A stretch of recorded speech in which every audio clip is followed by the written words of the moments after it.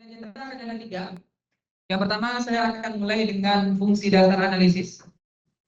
Jadi nanti akan ada beberapa fungsi yang sering digunakan di dalam dunia penelitian. Mungkin nanti kalau misalnya rekan-rekan melihat, bisa nggak dengan cara yang lain? Atau misalnya kami punya kasus seperti ini, seharusnya kami pakai yang mana? Nah itu boleh ya ditanyakan. Selagi saya bisa, nanti saya akan jawab. Balik lagi, saya bukan seorang statistika apa? Orang yang ahli statistika, ya bukan jurusan statistika. Jadi nanti mungkin beberapa hal yang teknis, mungkin nanti rekan-rekan saya kalau misalnya nggak bisa, saya akan jawab nggak bisa, gitu ya. Tapi selagi saya misalnya tahu tentang fungsinya, saya akan jelaskan itu ke rekan-rekan semua. Oke, yang kedua, kita akan coba untuk membuat diagram, ya. Dan yang ketiga, kita akan menggunakan salah satu tools yang sangat powerful untuk kita bisa menganalisis data penelitian, namanya analisis toolpath, seperti itu. Jadi ada tiga yang akan kita gunakan. Kita mulai dengan yang pertama, yaitu fungsi dasar dari data penggunaan data analisis. Ada satu segmen awal dari saya, pertanyaan lebih tepatnya ya. Ada yang tahu nggak perbedaan formula sama fungsi di Excel itu apa? Karena banyak orang yang mengira dia formula, sebenarnya dia itu fungsi. Ada juga sebaliknya. Ya. Dan tahu nggak perbedaan antara formula dan fungsi di Excel? Ini ada WordPress-nya nggak ya? Oh nggak ada. Oh iya. Silakan, ada. Formula dan fungsi yang tahu bedanya apa? Kalau permisalan seperti ini. Kita punya 100 angka. Punya 100 angka. Nah, 100 angka ini, kalau saya mau menjumlahkan 100 angka yang ada di sini, kira-kira ada berapa simbol tanda tambahnya? Saya punya 100 angka. 100 angka bebas, angkanya berapapun, yang penting ada 100 angka. Ingin saya jumlahkan ke 100 angka ini, kira-kira ada berapa tanda tambahnya atau simbol tanda tambahnya? Mengapa 100? Hah? Ada 98 kan? Yang 98? Yang berani? 1, 2, 3 ya. Yang 99? Saya gini ke kanan, itu kata-kata kan dia. 1, 2, 3, 4, 5, 6, 7, yang lain. Yang 100 harus yang jumlahnya ada 99. Kenapa? Karena kita harus selesai untuk menghitung 2 angka saja kita butuh 1. Jadi nanti biasanya untuk menjumlahkan ada berapa simbol tanda tambahnya adalah n kurang 1. Kalau 100, kalau 100 kurang 1 ya, berarti total simbol tanda tambahnya ada sekitar 99. Coba bayangkan kalau misalnya tanda tambah 99 ini kita lakukan secara manual. Jadi setiap kita melakukan penjumlahan, angka 1 dibuat tanda tambah, angka 2 dibuat tanda tambah, angka 3 begitu seterusnya. Itu namanya kalau di Excel formula. Jadi formula itu susunan dari beberapa kalkulasi yang bisa kita lakukan di Excel. Itu formula. Tapi kalau fungsi itu seperti ini. Jadi dia itu nanti semacam template. Anggap aja seperti itu ya, kemudian anggap aja dia di template yang kalau misalnya kita panggil, kita nggak perlu lagi menggunakan beberapa tanda-tanda dalam proses kalkulasi. Kita biasanya tadi ada tanda tambah 100 angka, itu ada 99 tanda tambah, maka itu formula. Kalau fungsi, saya nggak perlu lagi menambahkan tanda tambah kali 99 untuk menjumlahkan 100 angka ini. Tinggal nanti saya panggil template penjumlahan itu apa sih? Sum. Saya panggil sum. Tinggal saya pilih rentang nilainya dari mana sampai mana. Nanti dia akan bisa menjumlahkan 100 angka. Saya pahami sampai sini perbedaannya. Saya termasuk juga dengan kalkulasi yang lain. Contohnya rata-rata. Kalau rata-rata bagaimana? Oke, kita jumlahkan dulu. Ada 100 angka, berarti ada tanda tambahnya 99 kali dan tanda baginya itu 1 kali. Nah ya, tanda baginya 1 kali. Dijumlahin dulu semua, dapat angkanya tambah tanda bagi satu kali, nanti akan dapat hasilnya berapa? Dapat nanti ya fresh atau rata-rata. Nah, kalau misalnya kita menggunakan fungsi, maka nggak perlu lagi kita nanti menuliskan 99 tanda tambah tadi dan satu bagian. Seperti itu, atau titik dua atau garis miring. Kurang lebih seperti itu ya perbedaan dari fungsi dan formula di Excel. Nah ini saya nggak menjelaskan, rekan-rekan mungkin sudah pada paham. Excel itu ada kolom dan baris. Kolom itu yang angka yang huruf, ya, A, B, C, D, E, F, G, dan seterusnya. Dan baris itu adalah yang 1, 2, 3, 4, 5, dan begitu seterusnya. Penamaan yang ada di Excel itu dimulai dengan kolom dulu. Jadi A1 berarti dia kolom A, baris nomor 1. B2 berarti dia di kolom nomor 2, di baris nomor B, dia di kolom B berarti baris nomor 2, begitu seterusnya. Nah ini yang tadi sempat saya jelaskan ya, perbedaan antara fungsi dan juga formula. Ini contoh fungsi. Kalau misalnya formula, saya lakukan seperti ini. Beda ya. Jadi kalau misalnya formula, biasanya kita bisa menulis sesuai yang kita inginkan. Beberapa biasanya yang digunakan itu penjumlahan, tanda tambah, pengurangan, pembagian, dan perkalian secara umum. Seperti itu. Nah, sekarang kita masuk ke fungsi. Ya. Ada 4 fungsi yang akan coba kita bahas dulu. Pertama, ada yang namanya if, frekuensi, sum, dan non-if. Yang tidak pernah digunakan, yang mana? Yang tidak pernah. Frekuensi. Nah, rata-rata frekuensi ya. Berarti kita bahas frekuensi aja. Kita mulai dengan if dulu aja. If untuk apa? Logika. Jika maka. Mudahnya seperti ini rekan-rekan.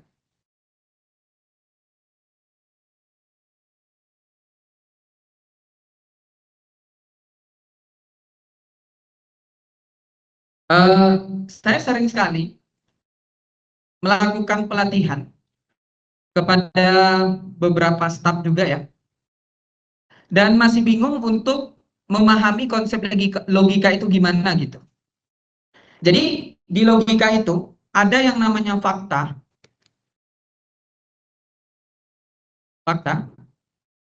ada yang namanya kondisi, dan ada namanya hasil. Nah, tiga ini dulu. Ada yang namanya fakta, ada yang namanya kondisi, ada yang namanya hasil. Terlebih, nilai Rinaldi itu 8. Rinaldi nilainya 8. Kira-kira nilai Rinaldi itu 8, maksudnya dengan hasil kondisi atau fakta. Lagi. Jadi begini, saya contohnya dapat nilai 8. Kalau nilai 8 itu berarti dia adalah kondisinya A. Nilainya nilainya A. Nilai A 8 itu sama dengan A dan dia lulus. 8 A lulus. 8 A lulus. Kira-kira yang 8 itu maksudnya ke fakta, kondisi, atau hasil? Fakta. Yang seperti sini ya. Jadi nilai Rinaldi itu dapat 8 itu merupakan sebuah fakta. Nah, fakta itu akan coba kita transformasikan menjadi sebuah kondisi. Kondisinya apa? Oke, kondisinya ada beberapa nih. Kalau misalnya nilainya 8 sampai 10 A, 6 sampai 7 B, ya, 5 sampai 5,9 itu C contohnya, dan lain itu E. Contohnya ya. Berarti itu maksudnya ke kondisi. Dan yang paling terakhir itu hasil. Hasil itu adalah yang ingin kita perlihatkan. Berarti dia dari lulus atau tidak lulus. Yang seperti itu. Jadi nanti dalam konsep definisi sebanyak apa itu nanti kondisi yang akan kita lakukan. Kalau misalnya kita paham yang mana yang fakta, yang mana yang kondisi, dan mana yang hasil, nanti bisa kita tuliskan rumusnya. Gitu. Nah, sekarang kita coba lihat.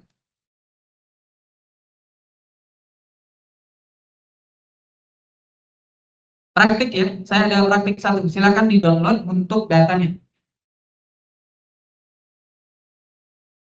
Nah itu. Buka linknya, nanti kita praktis. Yang di rumah juga boleh ya, dibuka linknya, nanti kita praktis.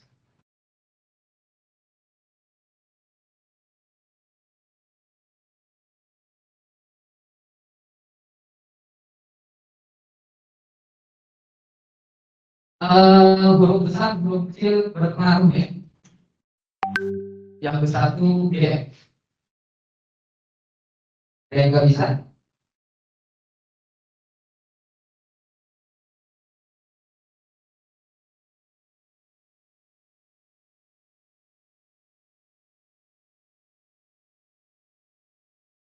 Yang di rumah boleh dikonfirmasi. Suara saya bisa jelas dan layarnya bisa kelihatan.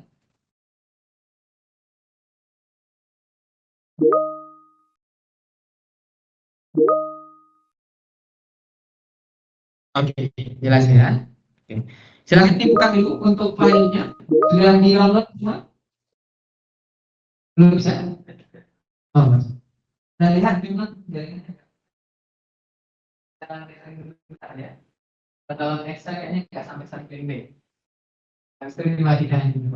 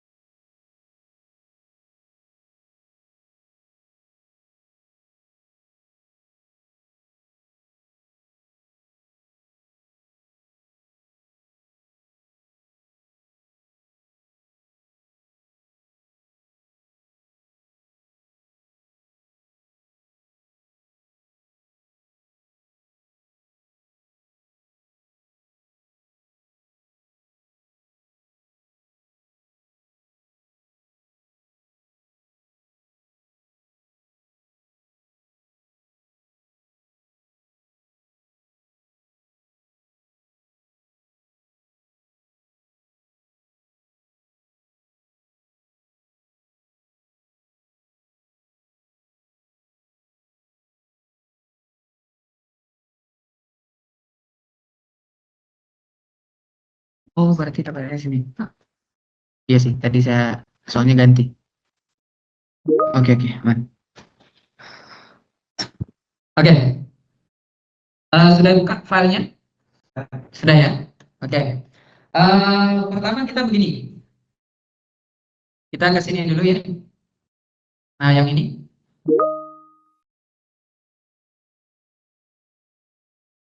Nah, ini nilai akhir silakan dibuat dulu. Oh, dijumlahin dulu aja ya. Ini kita abaikan dulu yang ini. Itu beda. Yang ini dijumlahkan dulu aja. Yang tiga ini silakan. Kalau mau jumlahin gimana caranya jadi? Pakai sum ya. Silakan di sum di bagian nilai akhir ya. Langsung di sum aja nggak apa-apa. Kita buat sum langsung aja.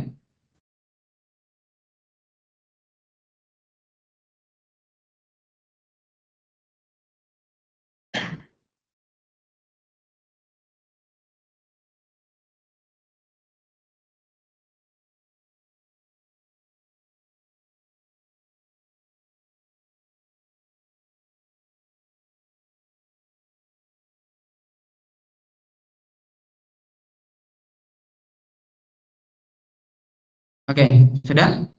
Sudah dapat hasil sumnya yang di rumah sudah dapat? Yang di sini sudah bisa?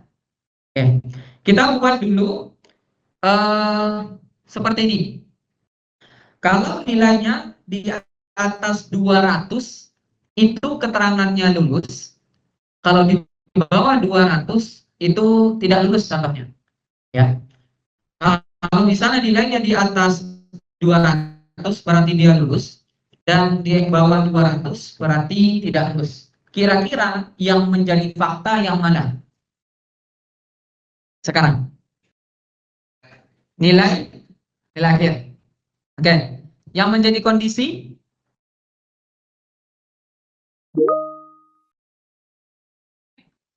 di atas 200 dan di bawah 200 itu kondisi.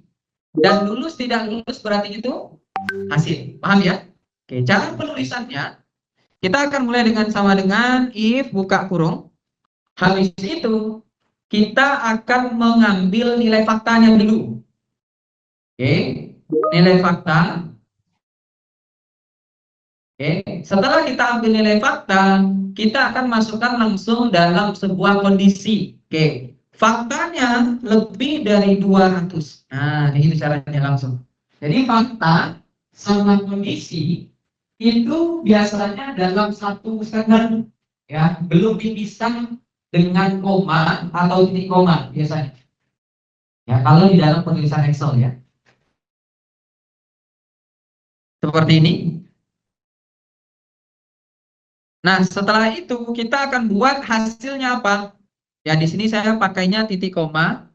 Silahkan disesuaikan dengan laptop masing-masing. Biasanya kelihatan ya, ada yang pakai koma ataupun titik koma. Silahkan nanti dibuatkan, disesuaikan dengan laptopnya. Di sini tinggal kita masukkan kondisinya. Kalau misalnya kondisinya dimintanya adalah teks, berarti kita pakai petik 2. Kalau tidak teks, boleh langsung dituliskan. Kalau angka contohnya, berarti boleh langsung tuliskan. Di sini karena diminta adalah dia lulus dan satunya lagi tidak lulus. Ya. Jika fakta, jika fakta dan masuk dalam kondisi yang lebih dari 200, maka akan dieksekusi statement pertama, yakninya lulus. Dan kalau misalnya tidak terpenuhi yang ini, berarti dia tidak lulus. Bisa kita enter nanti dapat seperti ini. Silakan. Ada yang tidak bisa di sini?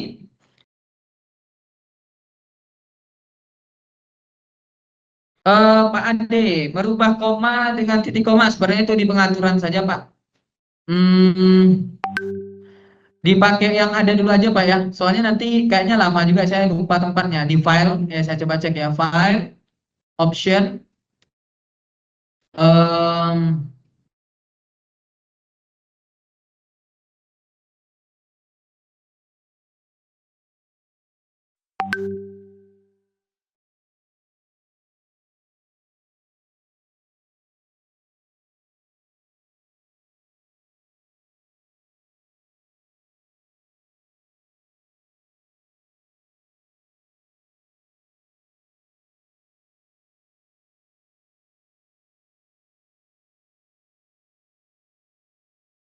nah saya lupa tempatnya Pak. Tapi di Excel option ya. Dipakai yang koma dulu saja nggak apa-apa Pak. Sama saja. Cuma bedanya nanti kalau misalnya saya tulis yang titik koma, berarti Pak Ade nanti pakainya koma. Gitu ya. Oke, sip. Sudah? Apa? Oh, sip. Bisa ya? Ada pertanyaan? Oh, nggak bisa? Oke, boleh.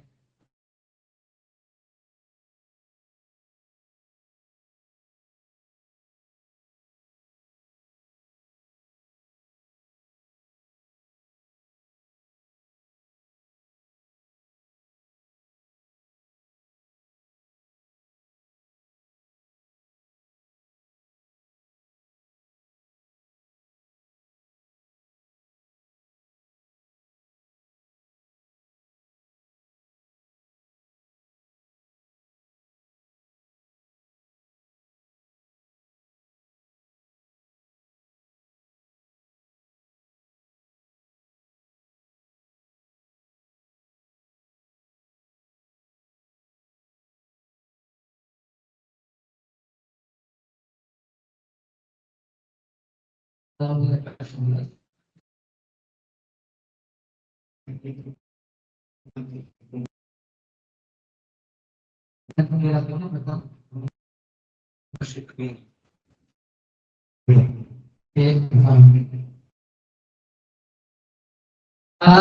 saya ada tantangan.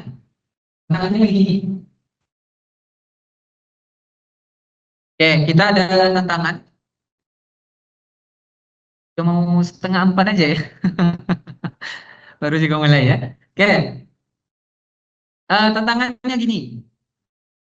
Jadi kalau misalnya nilainya ini 0 sampai kurang dari sama dengan 40 atau kurang dari 40 itu kurang. Kalau 40 sampai kurang dari 60 itu cukup. 60 sampai kurang dari 80 baik dan 80 sampai 100 sangat baik. Silakan tambahkan di sini keterangan nilai. Nah, itu. Tambahkan satu kolom baru namanya keterangan nilai. Coba buat bisa nggak kira-kira untuk membuat statement yang sama. Kuncinya kayak gini. Seberapa banyak kondisi berarti jumlah if-nya adalah n kurang 1. Contoh, kondisi kita sekarang ada 1, 2, 3, 4. Berarti kalau kita tuliskan nanti fungsinya, rumus if itu nanti akan ada apa namanya 3, karena dia ada 4 kondisi. Jadi nanti bisa saja seperti ini Bapak Ibu ya, sama dengan if buka kurung, ambil logical testnya ini, faktanya ya, faktanya ini contohnya saya ambil satu ya, di bawah dari 40 contohnya, maka dia kurang. Nah, setelah itu titik koma lagi, masuk lagi, buat if satu lagi. Ini baru satu statement ini. Lalu buat lagi if-nya. Nah, nanti saya ajarkan cara efektif ya. Tapi buat dulu yang ini. If lagi, buka kurung. Nah, kayak gitu. Jadi, if ini nanti jumlahnya sebanyak apa jumlah kondisi itu dikurang 1. Berarti nanti if-nya ada 3. Dan setelah itu nanti untuk satunya bisa kita langsung tuliskan hasil akhir saja. Bisa dicoba dulu. Nah, silakan dibuat. Nilainya ini kategorinya ini ya. Hasil akhirnya ini, hasil akhir. Yang di sini ya. Kurang, cukup, baik, sangat baik. Tapi di sini nilainya kita ganti aja ya. Kita ganti karena di sini kan terlalu besar. Kita ganti saja.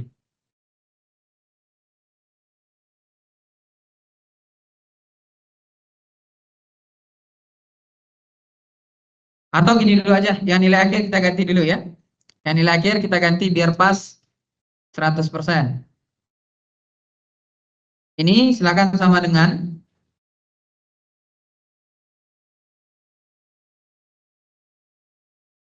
mau langsung dikali aja Bu ya. Gak apa-apa, gini aja. Yang ini kita kalikan ulangan harian ya, kita kalikan 20%.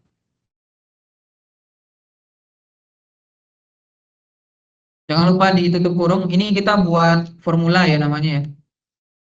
Tambah UTS, buka kurung dulu.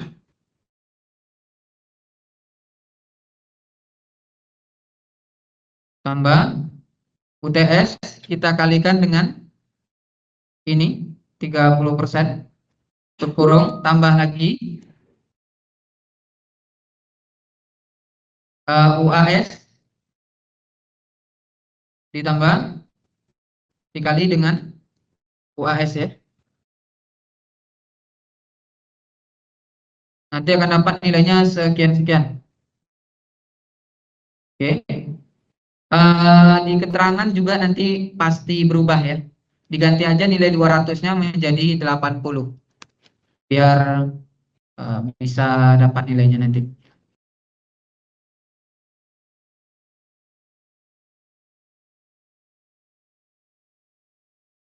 Gak dapat nilainya.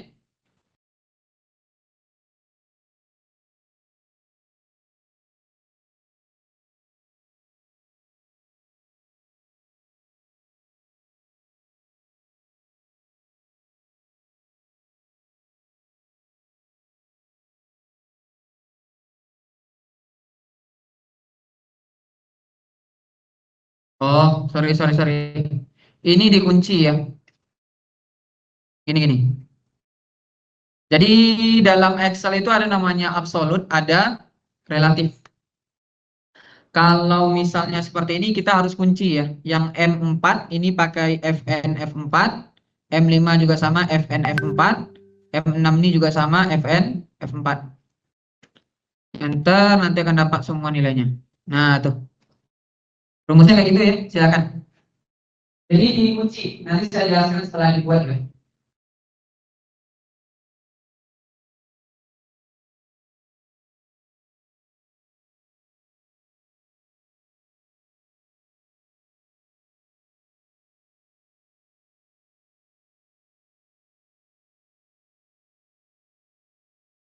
Kalau yang tidak bisa Fn 4, sama manual aja.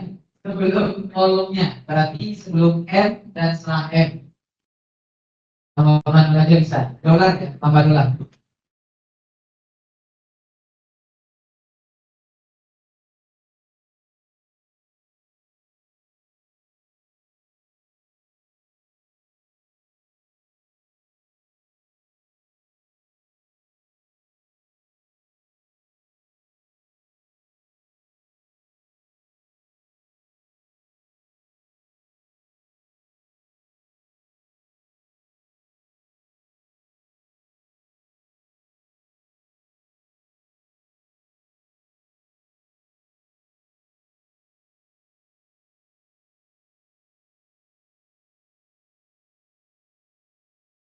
Bisa? Ada yang tidak bisa? Nah, bisa Bu ya? Bisa? Bisa? Mana Bu? Kelar. Kalau ini kita nggak ya, kemarin hari kami nambah. Ini Pak. Mana Bu? Bisa? Ini kita tidak dipakai.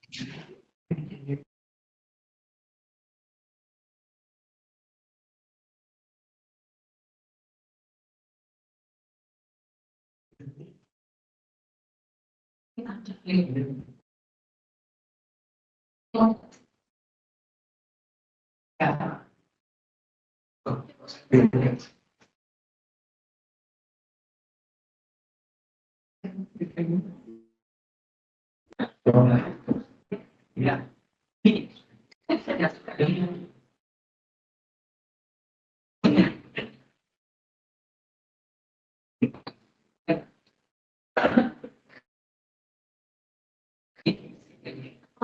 Yang terakhir.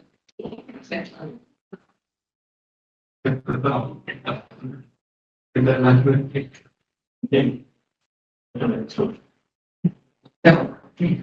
nanti biasanya bisa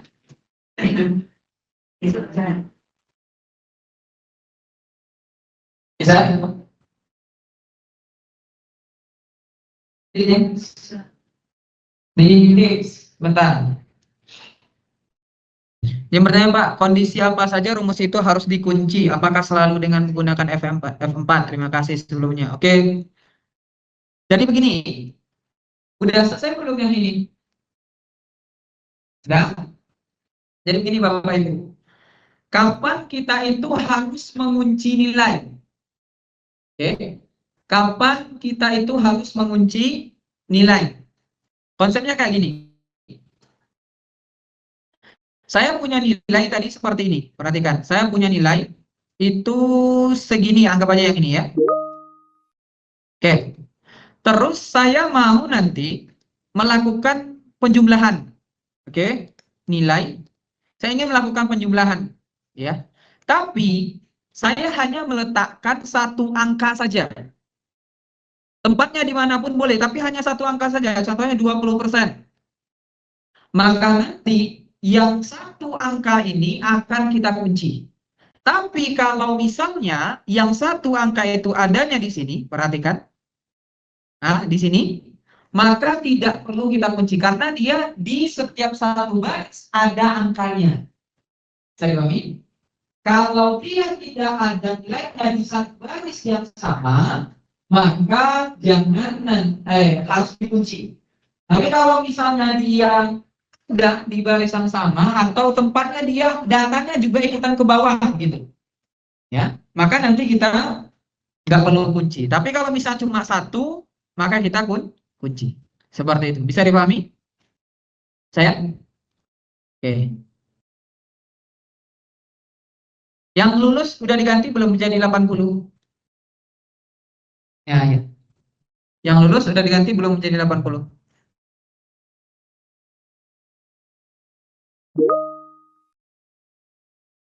Oke.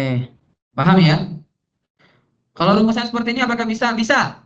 Ini dari ada yang bertanya ya, Pak Sureka. Kalau rumusnya langsung dikali seperti ini bisa nggak? Ya, tuh. B2 kali 20%. Kalau konsepnya kayak gini, kita nggak perlu lagi mengunci. Kenapa? Karena angkanya langsung ditulis. Tapi kalau misalnya angkanya nggak tulis atau mereferensi ke suatu sel yang dia hanya ada satu nilai, maka kita kunci. Gitu. Tapi kalau misalnya dia tulis langsung seperti ini, maka nggak perlu dikunci. Langsung aja gitu. Bisa aja. Nah, tadi kita buat UTS itu 20% gitu ya. UAS itu 30%. Ulangan harian tadi berapa? Ulangan harian 20, UTS 30, UAS 50. Langsung kita ketik di dalam formula, itu nggak perlu dikunci. Bisa dipahami sampai di sini? Saya? Oke. Tantangan. Ini tantangannya gini. Perhatikan. Nah, ini coba buat dulu. Semoga nggak sampai setengah 4 ya pengerjaannya. Ya, jadi nilainya kayak gini. Jadi nanti di keterangan nilai, kalau nilai akhirnya 0 sampai kurang 40 kurang, 40 sampai kurang 60 cukup, 60 sampai kurang 80 baik, dan 80 kurang dari sampai 100 itu sangat baik contohnya. Silakan dibuat di sini. Untuk membuat if-nya itu jumlah if-nya harus n kurang 1. Berarti karena ini ada 4 kondisi, berarti nanti jumlah if-nya ada di 3. Bisa nggak? Coba.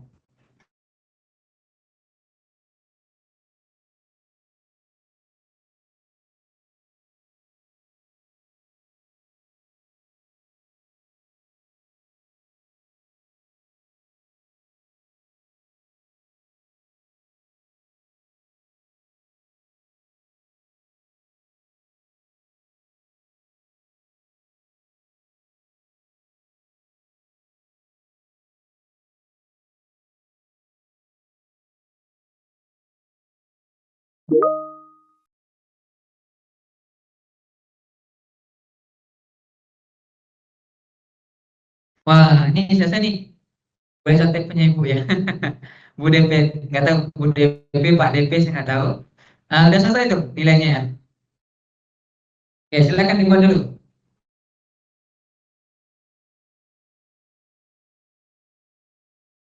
Bisa? Apa semua ya?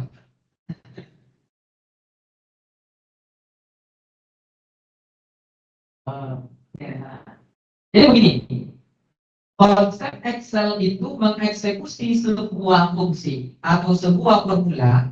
Siapa yang dituliskan pertama kali, maka dia akan eksekusi. Contoh, ini harus paham alurnya ya.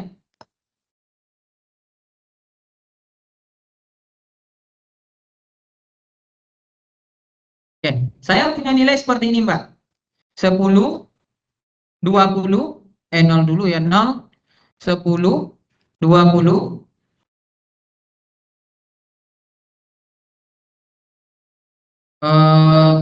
30.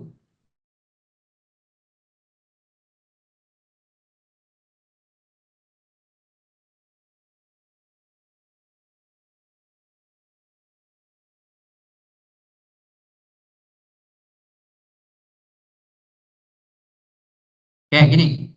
Perhatikan dulu yang ini. Jadi gini, kalau di dalam Excel, dia itu akan mengeksekusi suatu rumus berdasarkan urutannya. Siapa yang ditulis pertama kali, maka dia akan dieksekusi. Contoh, kita buat di sini contohnya adalah mulai dengan sangat baik. Dengan sangat baik ya. Jadi kita akan buat nanti nilainya dari berapa itu? 80 sampai 100 ya. Berarti nanti ini pertama. Ini eksekusi pertama. Oke. Eksekusi kedua, kalau misalnya kita buat nanti, contohnya ini udah agak bagus ya. Contohnya yang ini nih, yang cukup ini deh dulu ya. 40 sampai 60. Yang ketiga,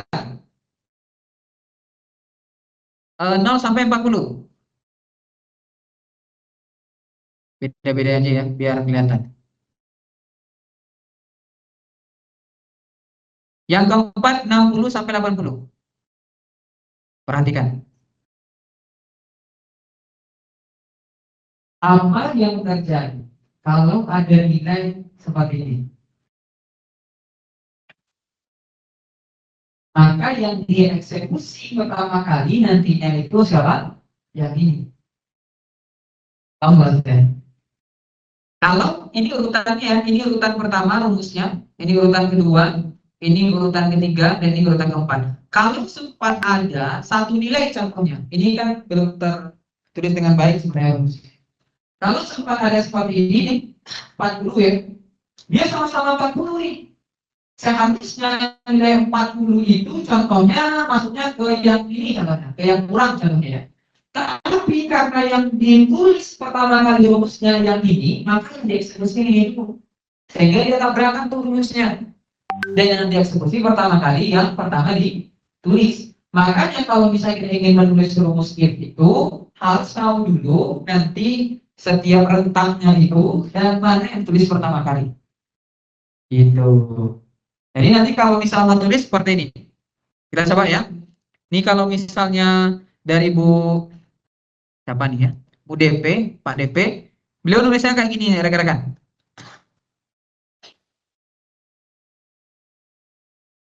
Saya pakai rumus yang lain nanti ya. Nah nih rumusnya kayak gini. Kalau mau pakai rumus if ya. Tuh. If E2 besar dari 80 maka sangat baik. Besar dari 60 itu baik. Besar dari 40 itu cukup dan hanya kurang. Kalau misalnya kita lihat, beliau itu ngurutin tuh. Supaya apa? Supaya nggak ada bentrok satu dengan yang lain. Pertama beliau mulai dengan 80. Habis itu beliau akan mulai lagi nanti dengan statement yang 60. Ini kita hapus dulu ya.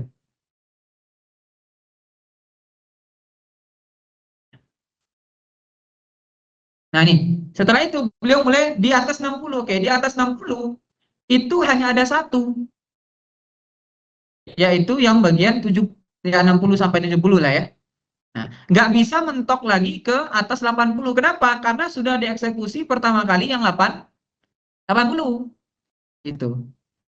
Nah, jadi yang seperti ini bisa dilakukan ya. Maksudnya harus dilihat dulu baik-baik urutan penulisan rumusnya nanti bagaimana. Kalau mau lebih enak, ada rumus satu lagi namanya IPS, pakai S. Nah, itu coba kita pakai IPS saja yang saya ajarin ya. Silakan. Tulis sama dengan IPS. Buka kurung. Sudah? Ambil faktanya, besar dari 80, maka nanti dia, apa tadi? Sangat baik. Titik koma atau koma lagi. Habis itu masukin lagi. Ini lagi nih. Jadi IPS itu hanya sekali ditulis. Kalau pakai S. Kalau nanti nggak pakai S, nulisnya berkali-kali. Nah, gitu ya.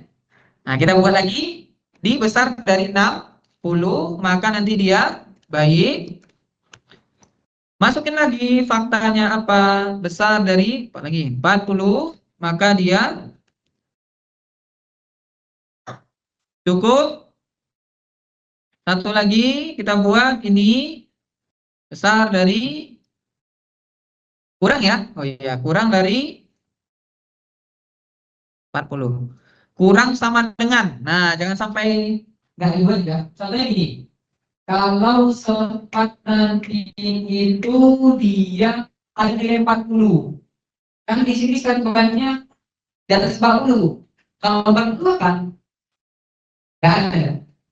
Nggak ada masuk nantinya. Jadi di sini ditambahin aja kecil sama dengan 40, maka nanti dia kurang ya. Nah, kayak gitu. Besar 80, besar dari 60, besar dari 40 ya. Dan kecil sama dengan 40. Kenapa? Tahu nggak kenapa saya buatnya hanya satu segmen kecil sama cuma di sini saja? Kenapa nggak semua di sini dan yang di sini? Kenapa?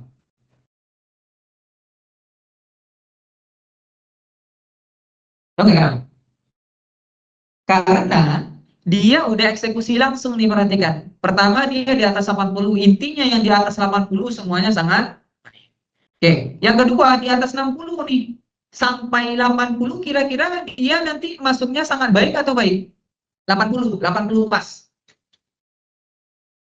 80 pas, maksudnya baik atau sangat baik? Baik atau sangat baik? Baik.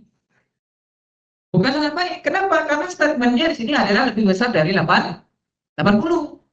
Maka yang masuk ke sangat baik itu 80,00001. Nah, itu baru masuk tuh nanti ke sangat baik. Tapi kalau misalnya dia pas 80, dia akan masuknya ke sini, ke baik.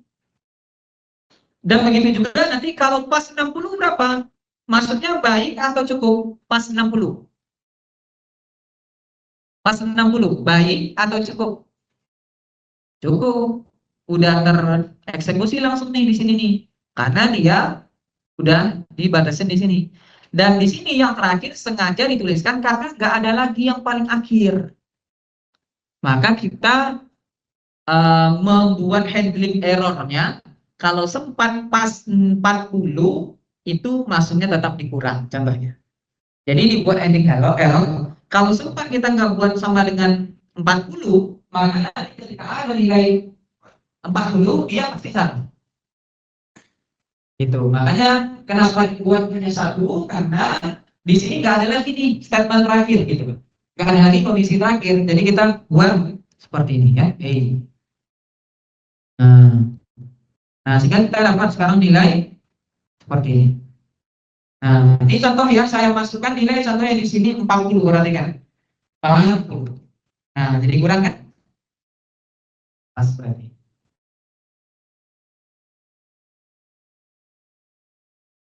Nah, bagusnya itu. Silakan.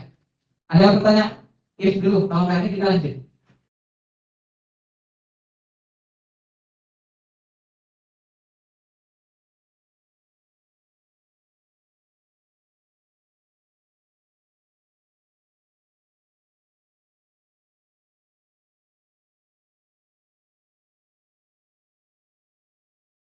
Apa sih?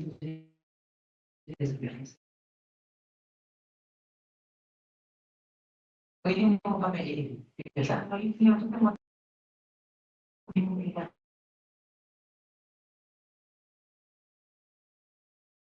kalau yang dulu, seperti saya bilang tadi, baiknya satu.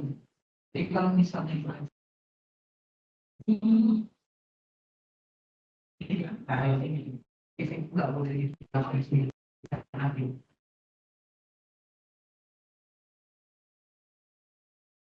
Ini kalau dia punya ekspresi ini, sampai ini.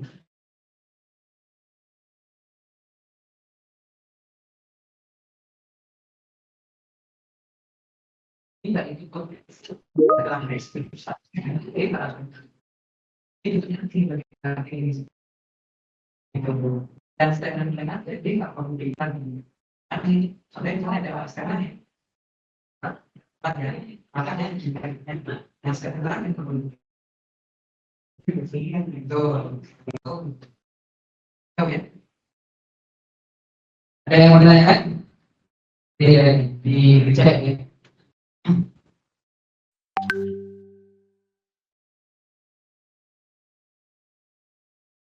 Oke, nanti akan diinfokan Pak Pramono ya untuk itunya. Sudah? Ada pertanyaan mengenai if atau ifs? Silakan Pak.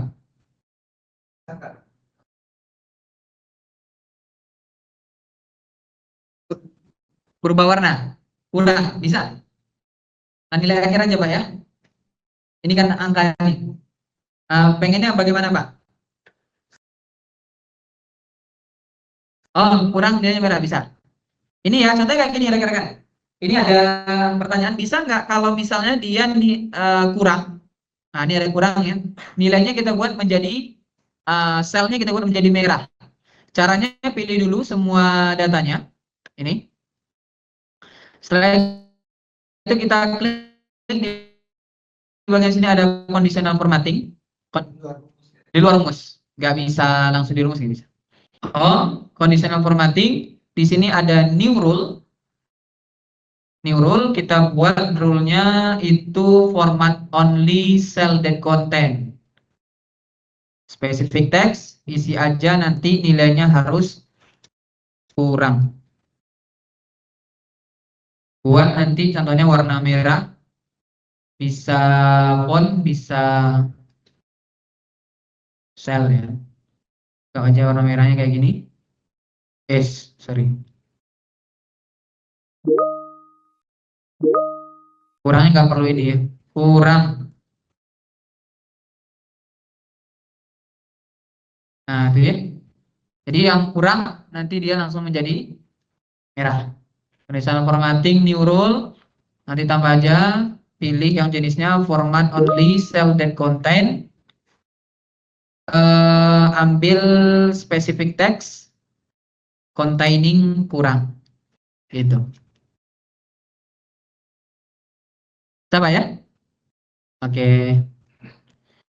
Ada pertanyaan kok punya saya dari name. Name itu biasanya kesalahan penulisan rumus itu Pak Rafli. Coba lihat dikirim rumusnya Pak. Nanti saya lihat ya. Pak, gimana caranya bikin rumus if tapi dengan dua kondisi, dua kategori, dengan kondisi dua kategori, dengan syarat ada yang and dan or. Sebenarnya ini bisa Pak ya, langsung pakai and or itu. Jadi sebenarnya gini aja. Kalau and itu berarti dua kondisinya harus terpenuhi. Kalau or salah satu saja boleh bisa terpenuhi maka dieksekusi, gitu ya. Kalau and dua-dua kondisinya harus terpenuhi baru dieksekusi. Kalau or salah satunya saja. Mungkin di kesempatan lain nanti kita coba bahas Pak ya, Pak Chandra ya, untuk yang and or itu. Itu rumusnya sangat baik.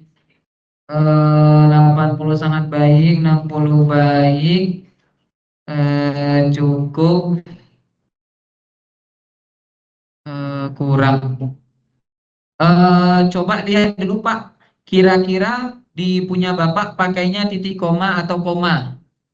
Saya curiganya pakainya koma.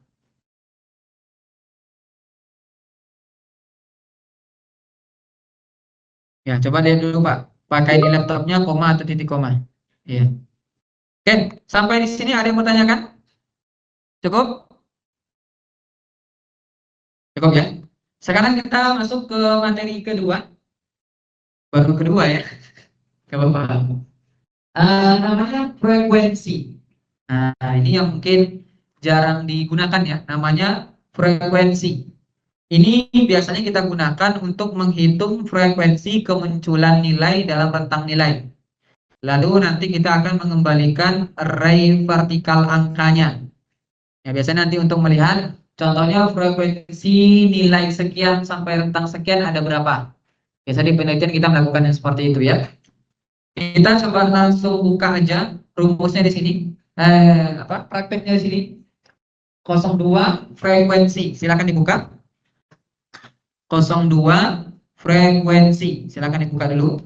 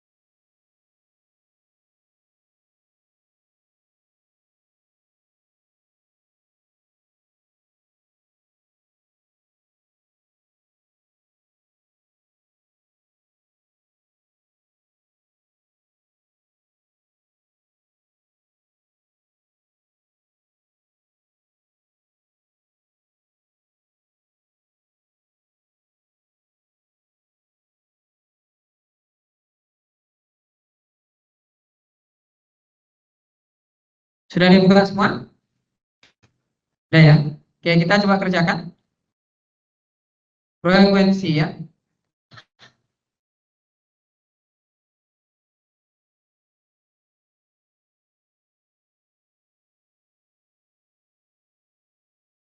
Diperbesar dulu. Ya. Di scroll ke samping kiri.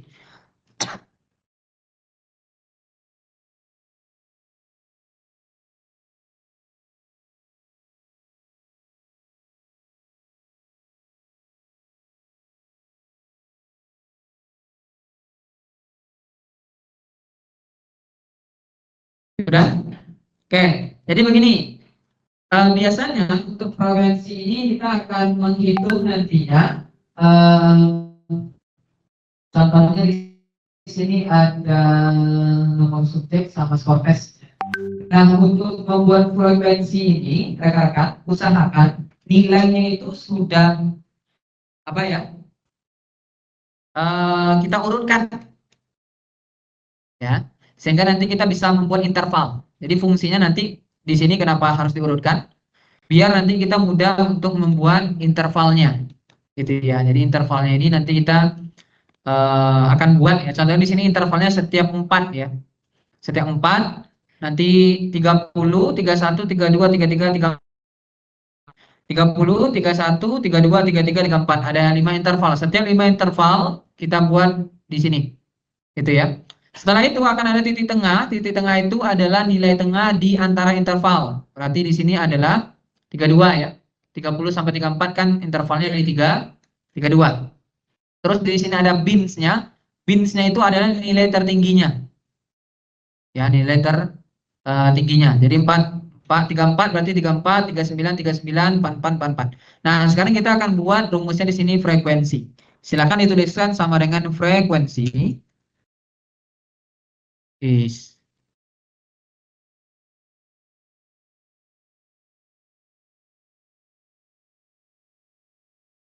Sudah?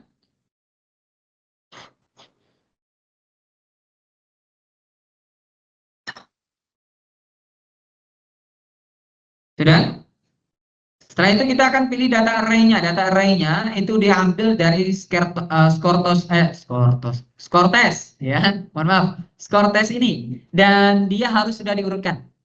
Ingat ya, dia harus sudah diurutkan. Pak, gimana kalau misalnya belum diurutkan? Gimana caranya? Nah, harus diurutkan dulu ya. Contoh kayak gini. Ini belum urut contohnya ya. Jadi kita pilih nanti di sini ada namanya data ya. Di sini ada sort ya, data ini ya. Data, dan di sini ada sort, klik sort ya. Nah, di sini kita tinggal pilih ngambilnya dari mana? Dari skor tes contohnya ya. Berarti nanti kita ambil dari skor tes, cell value yaitu smallest to largest. Itu aja. Dan nanti di klik sort, harus di sort dulu nilainya. Oke ya. Frekuensi, buka kurung, ambil data array, berarti yang ini semua nilai skor tes. Nah, sampai bawah. Caranya mudah kayak gini caranya ya. Klik dulu nilai pertama, klik Ctrl, klik Shift, panah ke bawah. Ctrl, Shift, panah ke bawah. Langsung dapat semua.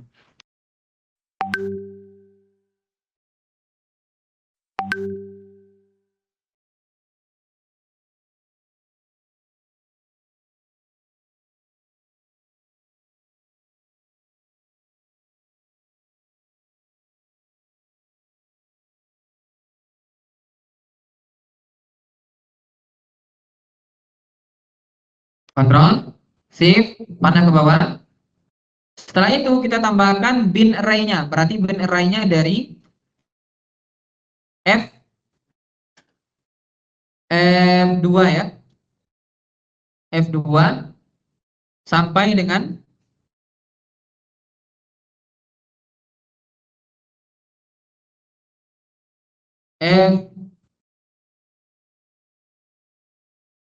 F15.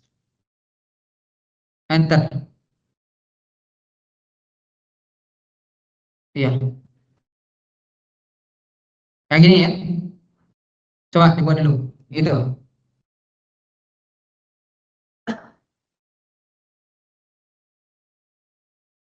kurang besar, kurang ya, sebentar.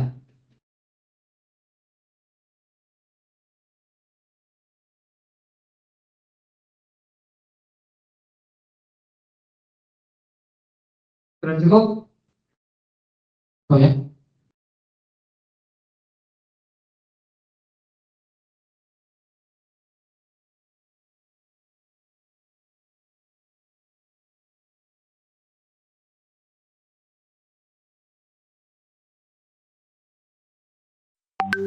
Wah, kelihatan masih ada. Ya.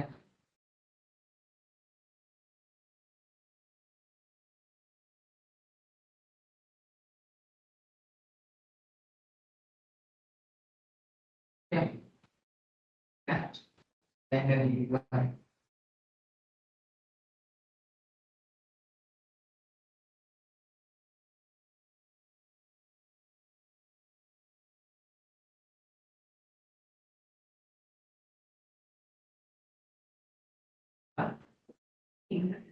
Nggak harus ini,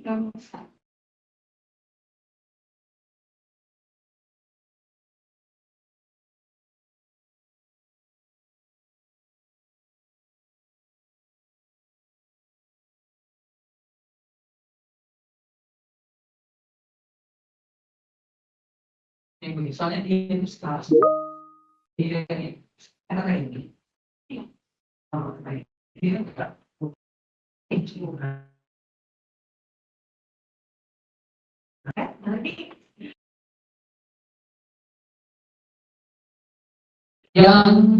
Yang dia itu error. eh Gini, jadi kemungkinan bisa karena beda versi Office ya. Jadi akhirnya bisa lihat di sini nilainya itu enggak yang muncul array. Ini kan array ya. Kalau misalnya rekan lihat ini kan satu kotak ya. Dilihat ini namanya array. Jadi array itu nilainya dalam satu di apa dibungkus gitu, di rem. Jadi nggak bisa satu dihapus, satu aja dihapus nggak bisa nih, gitu ya. Dia harus ke semuanya langsung kalau mau dihapus. Ya, kalau di Office baru kayak gitu. Nah, kalau misalnya bagi rekan-rekan yang mungkin nggak sama kayak saya seperti ini, berarti nanti B2, B13-nya ini dikunci, F2, F15-nya dikunci. Nah, kalau misalnya yang muncul bukan array, tanda array itu dia ada kayak ini, persegi apa? Garis berwarna biru. Ya, itu tanda array.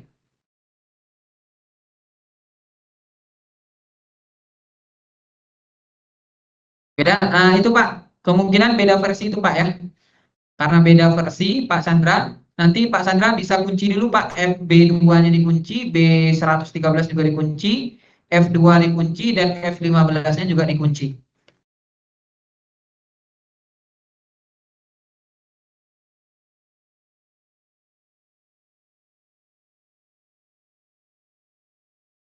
Hasilnya beda,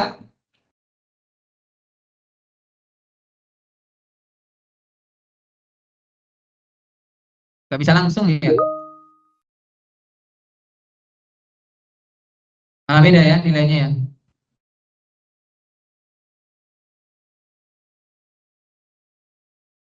Frekuensi, sebentar kita cari ya.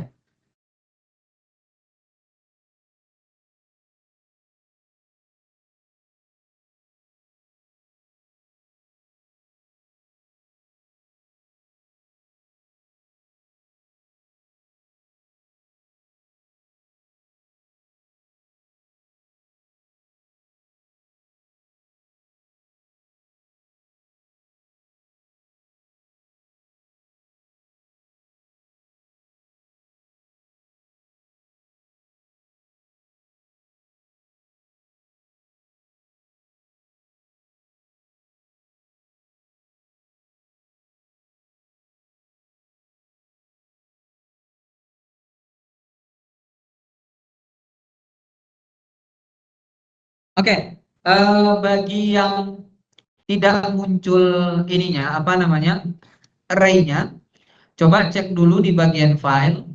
Terus ada account, kira-kira namanya di sini apa? Subscription-nya apa? Sebentar ya, saya searchkan ulang, Pak. Soalnya beda office memang bisa beda ini, Pak. Nah, di sini file option. Nanti coba cek di sini ada product information ya. Nah, subscription-nya kira-kira namanya apa? Kalau beda, mungkin bisa beda. Yang penting itu Microsoft 365 itu. Kalau Microsoft 365, seharusnya bisa, pasti bisa. Tapi yang 2019 contohnya ya, atau yang di bawahnya, kayaknya nggak bisa muncul array-nya dari sebacanya.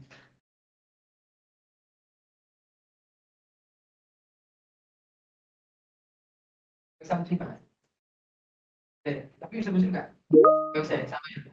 Bawah ya. Ini ya.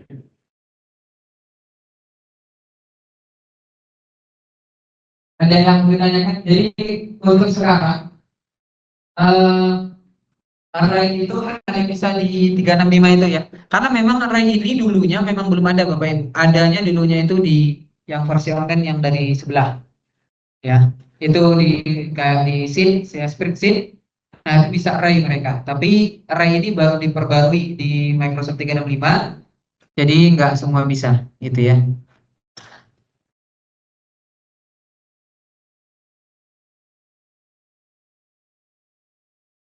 Ada yang bertanyakan dulu untuk mengecek frekuensi.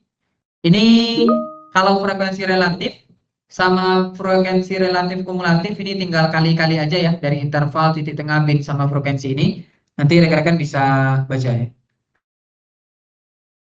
LTSC Professional Plus ke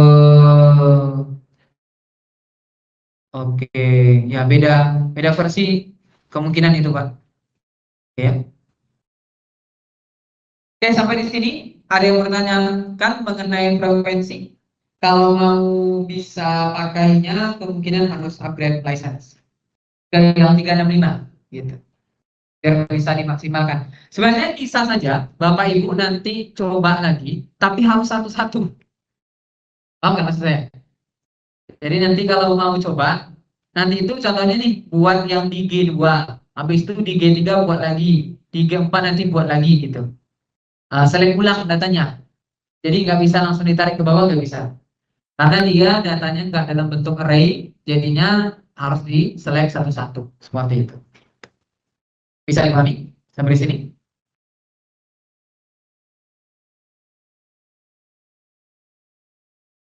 Ada yang bertanyakan?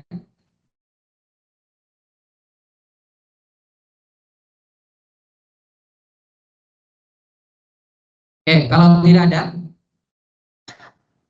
saya izin untuk melanjutkan ke materi selanjutnya. Ya, ini langsung saya gunakan ini saja karena materinya ternyata cukup panjang, materinya singkat. Jadi kita menggunakan namanya analisis toolpath. Ada yang pernah menggunakan? Ada yang pernah menggunakan sebelumnya? Belum ada? Oke, jadi begini. Jadi analisis toolpath ini kayak alat tambahan. Pak Adi sudah ya. Alat tambahan yang bisa kita gunakan untuk analisis statistik. Dan bagusnya ini sudah disiapkan semacam interface atau tampilan. Kita tinggal klik-klik saja nanti keluar hasilnya. Contoh, statistik deskriptif. Nanti bisa keluar tuh langsung hasilnya. Atau contohnya lagi nanti korelasi. Atau nanti uji T dan baik itu berpasangan atau independen. Itu juga bisa nanti tuh. Ya, jadi di sini lumayan banyak ya untuk apa namanya analisis toolsnya bisa kita manfaatkan. Sebagai contoh kita coba ke sini aja ya, langsung ke praktik. Silakan dibuka datanya. Di sini ada 05 statistik deskriptif.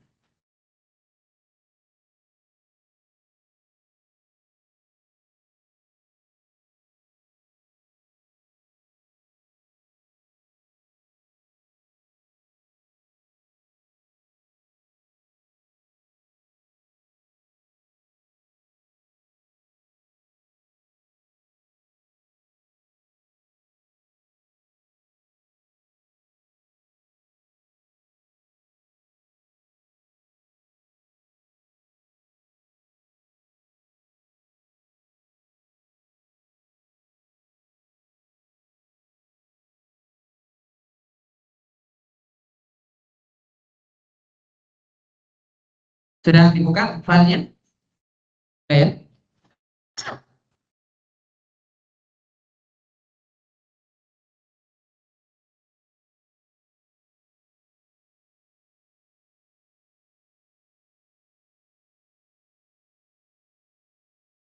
Kebetulan saya juga belum menambahkan kayaknya. Ya belum, berarti sama ya. Jadi gini, cara untuk mengaktifkannya ini yang untuk Windows dulu, yang Mac nanti ya. Yang Windows kita klik file dulu, silakan klik file.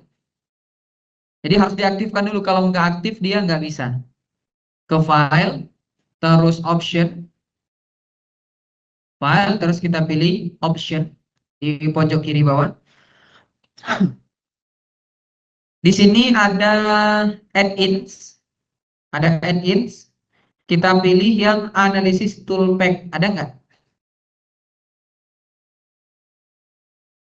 Ada? Ada semuanya? Analisis toolpack. Setelah itu nanti kita klik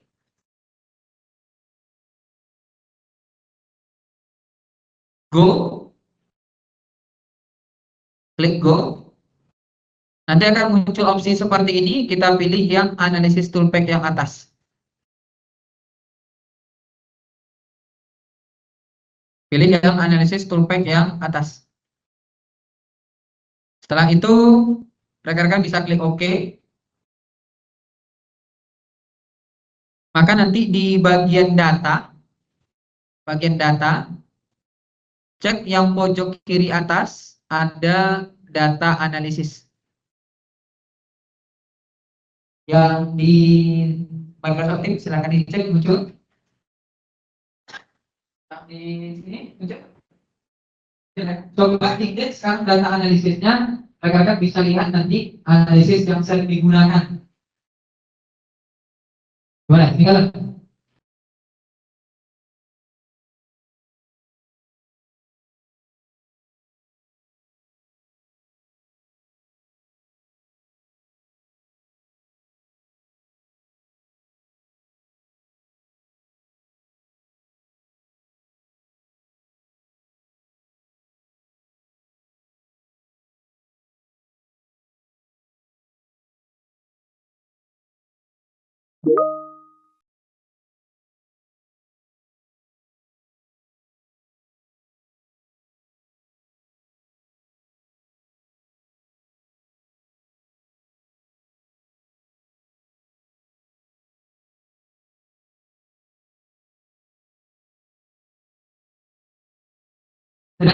sekarang kita menganalisis statistik deskriptif dulu ya. Statistik deskriptif. Oke, jadi di sini kita gini deh. Biasanya kalau misalnya kita buat min, max, min, median, ini gimana caranya? Kalau min pakai apa? Pakai apa? Min itu artinya apa? Rata-rata, berarti pakai average ya. Average, ambil nilainya kelas A, tutup kurung, dapat nilainya segini. Ya. Yang kelas B berarti average lagi, ambil yang kelas B nilainya, kita tutup kurung, nanti dapatnya segini. Ya. Kalau standar deviasi STD, def, ya, kayaknya yang ini deh. Ambil nilainya, yang ini juga sama.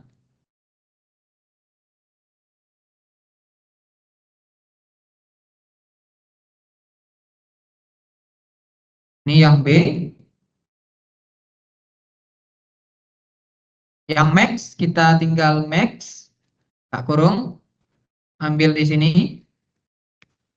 dan begitu seterusnya. Kan capek ya, maksudnya kita harus buat satu-satu. Nah, di dalam data analisis, kita bisa pakai cara cepat nih, Bapak Ibu. Caranya coba sekarang silakan klik data analisisnya. Klik data analisisnya. Oke. Kita cari di sini namanya deskriptif statistik. Nah, ini ya.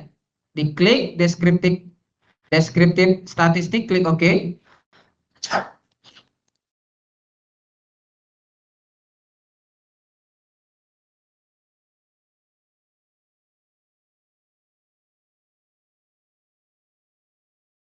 Klik OK. Oke. Oh ya, Mac lupa ya. Coba saya.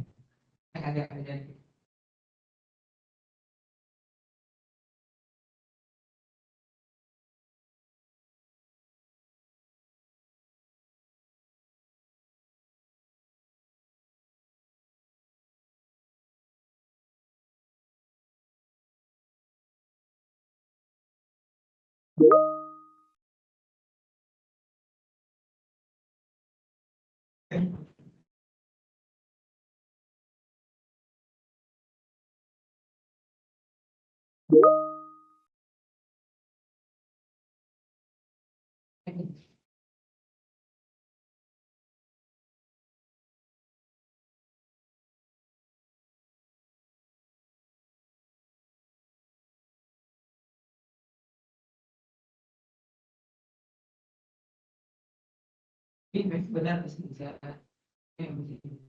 yang ibaratkan cuma nanti sendiri sendiri.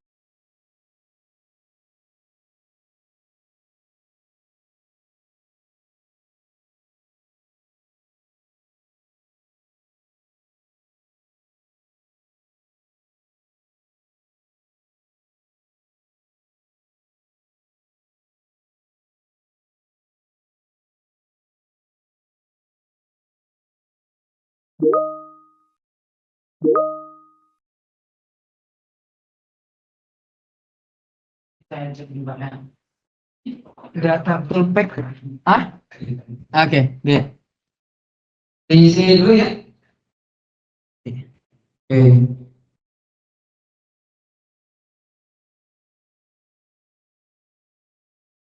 Oke, ini dulu ya. Oke, silakan diklik. Nah, ini input rank ini adalah rentang nilai yang mau kita apa namanya? Yang mau kita cek nilainya, deskriptif statistiknya. Ini input rank pertama ya, kita klik di sini. Contohnya kita ambil yang kelas A dulu, silakan. Yang kelas A. Oke.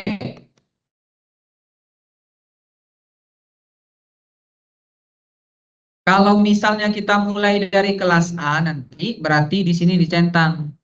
Tapi kalau misalnya mulai dari angkanya saja, berarti nggak perlu dicentang label increase rows-nya. Oke. Terus di sini kita mau letakkan di mana? Contohnya kita buat di worksheet baru aja. Namanya kita kasih nama ya. Analisis deskriptif. Contohnya ya. Jangan lupa di sini dicentang summary statistik. Nah, kayak gitu ya. Pilih input tentang nilainya. Setelah itu kita kasih nama sheet-nya apa di situ tuh, karena kita mau nambahin ke sheet baru. Dan kita pilih yang summary statistik. Summary statistik. Rekan-rekan bisa klik OK. Nanti akan dapat semuanya di sini. Standar deviasinya berapa, variansnya berapa, kurtosisnya berapa, minimumnya berapa, maksimumnya berapa, langsung dapat otomatis. Gimana Pak? Bisa?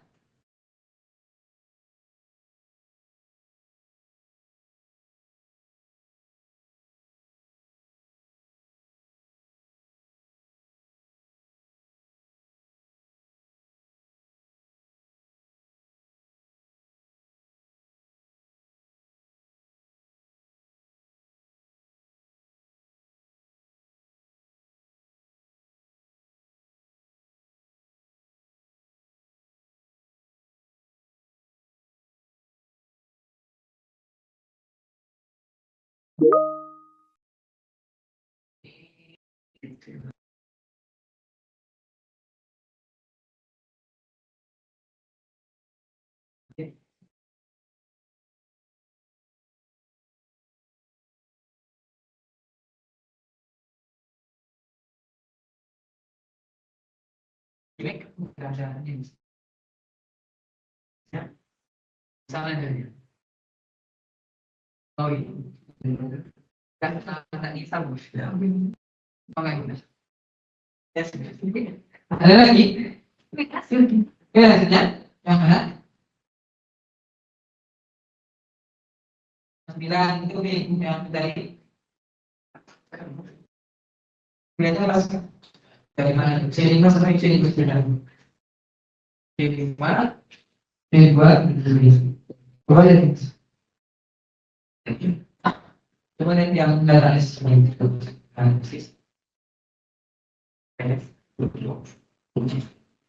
Oh, salah. Iya, iya. Karena ibu mulai dari C5 kepada C5. C5 itu kan bernilai gitu. Kalau mau centang itu berarti nilainya C4. Apa? Sama ya?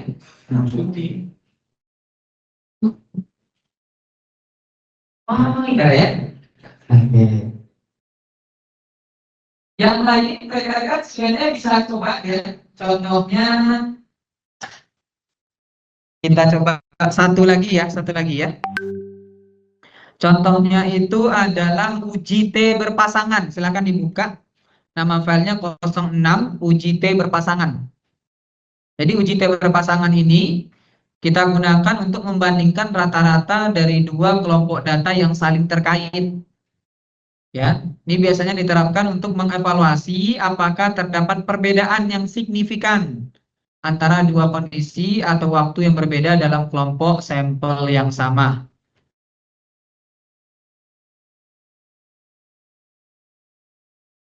Oke, boleh dibuka ini sebagai contoh. Nanti di datanya kami sudah sediakan ya. Rekan-rekan nanti bisa lihat uji sendiri karena memang waktu kita terbatas juga. Ini udah siapkan datanya semua. Rekan-rekan nanti bisa coba buka aja. Di dalamnya sudah disiapkan datanya, boleh dicoba testing nanti ya. Nah, ini kita coba ya. Uji T berpasangan. Di sini ada nilai pretest dan ada nilai post-test. Oke. Kita masuk ke data lagi, data analisis.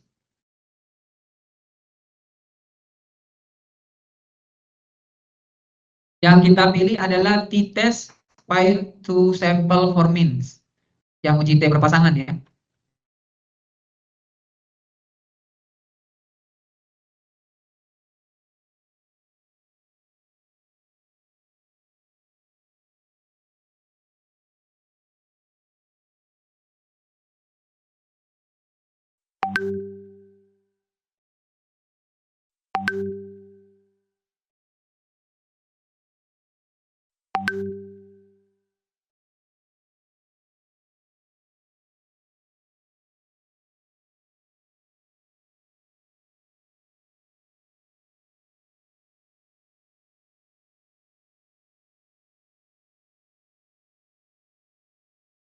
Nih ya, kita isi data analisis, pilih yang tadi ya.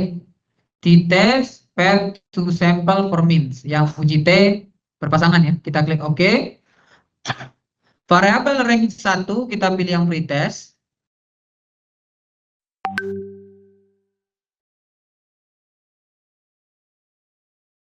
Yang variabel 2 kita pilih yang post-test.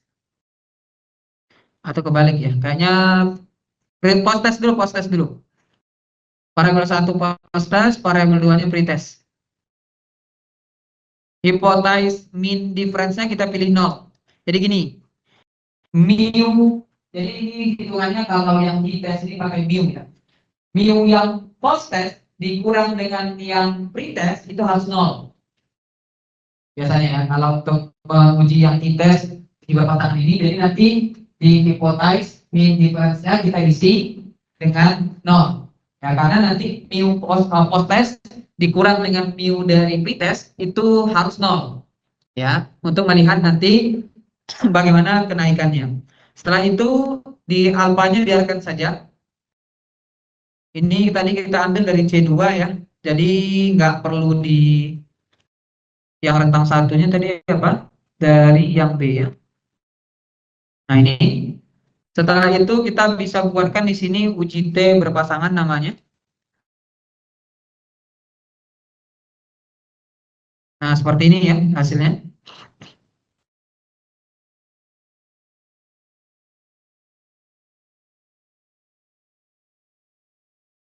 Jika sudah, kita klik OK.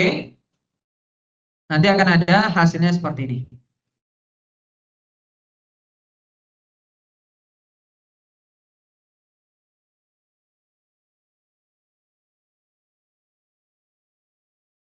Nah, ini ya. Gimana cara bacanya, Mas? Gitu ya. Nah, silahkan dibuka buku sendiri ya. Kalau yang ini. Nah, ini kalau mau tahu detailnya, silahkan buka buku statistikanya lagi ya. Jadi intinya kalau misalnya kita menggunakan Excel ini untuk mengukur atau analisis data penelitian, dia sangat bisa sekali ya dengan menggunakan data analisis toolpack tadi, asalkan kita sudah paham ya apa saja yang mau kita ukur, apa jenis metode yang mau untuk mengukurnya tersebut. Gitu ya. Jadi harus tahu namanya, setelah itu nanti kita bisa untuk melakukan data analisis penelitian kita dengan menggunakan data analisis toolpack ini. Kalau misalnya nggak ada di sini untuk metode yang saya gunakan gimana, Mas? Berarti nggak bisa. Ya, contohnya mungkin ada yang mungkin lebih advance mungkin dari ini untuk perhitungannya. Berarti nanti nggak bisa memang menggunakan Excel karena memang sebenarnya Excel kan bukan untuk statistik yang lebih advance ya, bukan untuk yang lanjut seperti itu. Jadi mungkin bisa pakai alat yang lainnya. Tapi kalau misalnya masih ada di sini, rekan-rekan masih bisa gunain ya. Biasanya kita bisa gunain regresi. Nah, regresi bisa di sini. Bilang ya. Terus juga ada sampling bisa. Terus ada moving average atau histogram biasanya kita pakai juga. Ada juga korelasi, ada juga eksponen, smoothing, ada ANOVA juga yang single factor, two factor juga ada. Ya, jadi nanti bisa tinggal dipilih mau menggunakan yang bagian mana seperti itu. Sampai di sini, rekan-rekan, apakah ada yang mau ditanyakan? Silakan.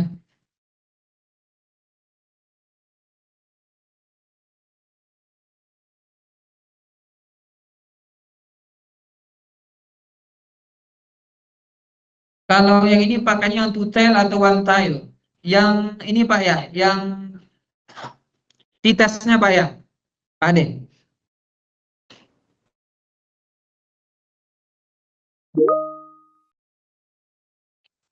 Ya, yang dipakai di sini saya kalau misalnya boleh dibilang nggak ada detailnya sih Pak. Apakah dia pakai one tail atau two tail itu? Paling nanti harus coba cek di dokumentasi Microsoft-nya langsung ya. Kalau untuk yang itu, kalau untuk mau tahu lebih detail ya, apakah dia one tail atau two tail itu? Seperti itu. Seharusnya sih, ya saya nggak bisa jawab langsung ya. Tapi nanti saya, karena nggak disebutkan langsung di data analisis atau baiknya seperti.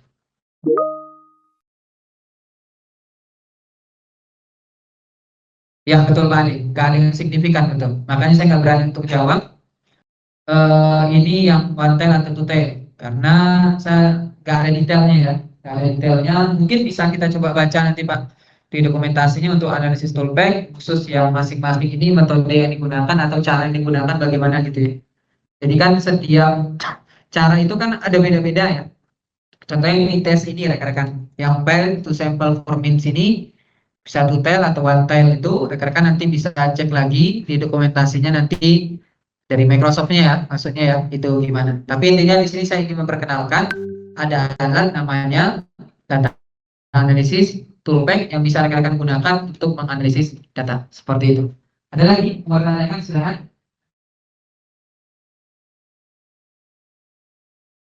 Dari pojok kanan ada, pojok kiri ada, di belakang ada, di depan tidak ada. Oke. Jadi mungkin itu saja rekan-rekan penyampaian materi dari kami.